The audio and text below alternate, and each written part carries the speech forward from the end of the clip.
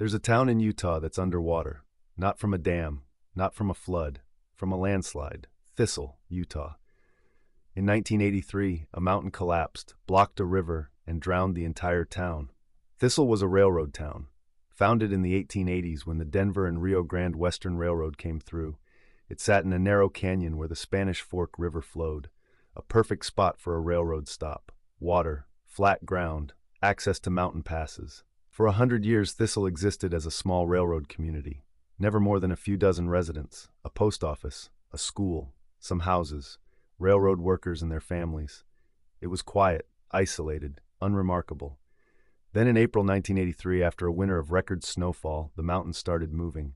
Heavy spring rain saturated the soil. The entire mountainside became unstable, and on April 13th, it let go.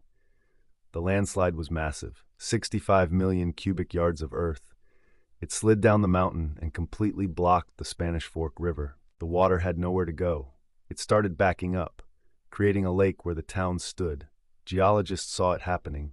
They evacuated everyone, told them to take what they could carry. Within days, the water was rising.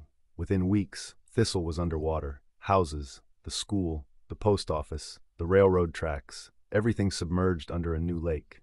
The landslide also buried a section of U.S. Highway 6 and the main Denver and Rio Grande Western Railroad line. It cost over $400 million in damages, the most expensive landslide in U.S. history at the time. The state tried to drain the lake. They built a tunnel through the landslide to let the water out. It worked. The lake drained, but Thistle didn't come back. The buildings were destroyed, filled with mud and debris.